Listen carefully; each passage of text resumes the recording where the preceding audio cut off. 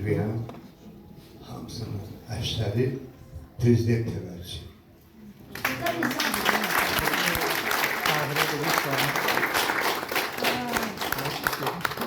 Füzulinin bir sözü var. Deyir, necə bir vəsvəsi əllərim naç olar. Gəlin, ağlayışı yollağımdan çıxalım pac olalım. Nəşri-i meyi tapalım, əqillə idrak olalım, nəsli məhduşi xərabatı mivac olalım. Mənası budur. Füzuli buyurur ki, necə edeyim ki, ağlım yaxşı işləsin, həm də yaxşı istirahət edir, mədəni istirahət. Və özü də sualı cavablandırır. Deyir, yaxşı, ağıllı, savadlı, mədəni, əxlaqlı insanların iştirak elədiyi məclisdə otursan, iştirak eləsən, ağlında yaxşı işləyər. Özün də yaxşı mədəni istirahət eləsin. Bax, o məclisliyəm mən bu günləri. Vaxtilə, belə deyək, elə 19-cu əsr sonuna, elə 20-ci əsrin əvvəllərinə qədər. Qadınların azadlığına qarşı çıxanlar çox olur. Amma qadın azadlığı uğrunda mübarizə edənlərimizi unutmaq olmaz. Qəti. Əlqulu qəmküsarı necə unuda bilərik? Qadın azadlığı uğrunda yazılar yazdı, onu mollalar, yəni yalancı mollalar, söhbət müasir dinin əxlaqi normalarından getmir. Cənab, belə deyək ki, namaz qılanlar verir, namazın da çox böyük elmi mahiyyəti var. O qunut var, qunut. Əlimizi belə tuturuq. Elə o kitabdır da. Zodna elməni il-həqni bis-salihin. Ya Rəbb, zodna elməni il-həqni bis-salihin. Mənası nədir? Ya Allah, məni elmə, elm adamlarını yaxın elə. Hər bir komponentin öz elmi mahiyyəti var.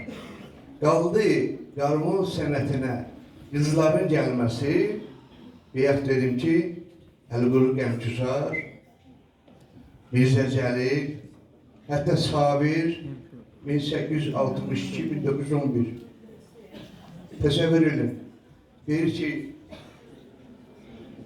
qız balalar elmdə mahir olalar, əqildə bahir olalar, başdan əyağa gəyələr don, gedələr məktəbə 10-10, tutarlar şivi-i vidət, edərlər yazmağa adət, itə ismət, ata iffət, aman eyvah, ay Allah. Qıza lazımdır o da ev işi, paltar tikişi, köhnə yumaq, yum daramaq, don yamamaq, səhm səranı süpürüb, kasəb qabı üfürüb, çiftə kələm dolması, məd havası, ət bozubaşı, yağlıb yələr, bir dəqi təndir lavaşı. Eləməyindən idi ha, indi qadınlarımız cəmiyyətin aparıcı qüvvəsidir. Vitse-prezidentimiz qadındır. Millət vəkillərinin əksəriyyəti qadındır. Hətta Ali məclisimizi aparan da xanımımızdır. Bugünkü məclisimizin də aparıcı qüvvəsi qadındır. Özdə hansı qadın? Özü gözəl, sözü gözəl, qaməti gözəl, əxlaqı gözəl, mədəniyyəti gözəl, davranışı gözəl və sənəti gözəl xanım.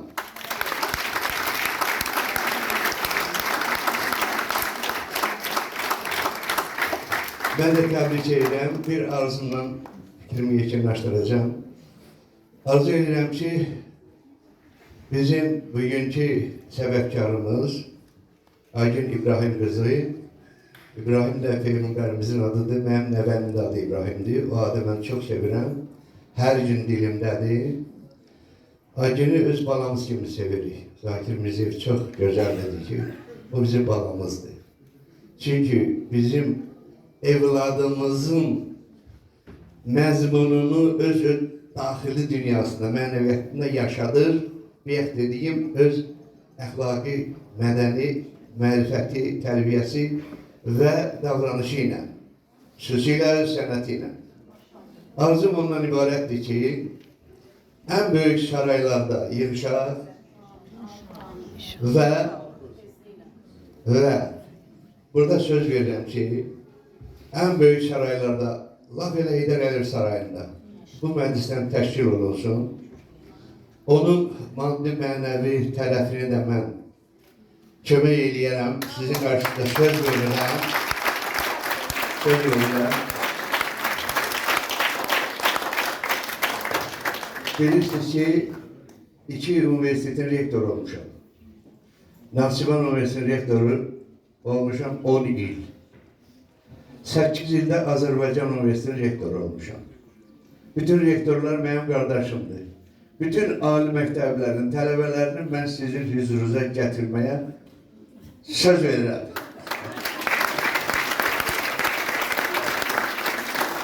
Bir daha təbrik edirəm.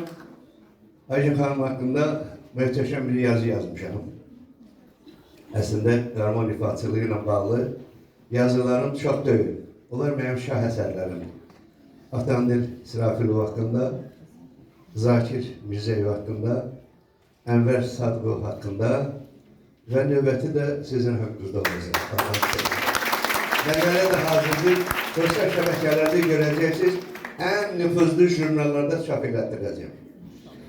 Bir daha təbrik edirəm. Sizin huzurunuzda istəyirəm ki, bu nailiyyətlərinə görə öz balamın alnından öpün.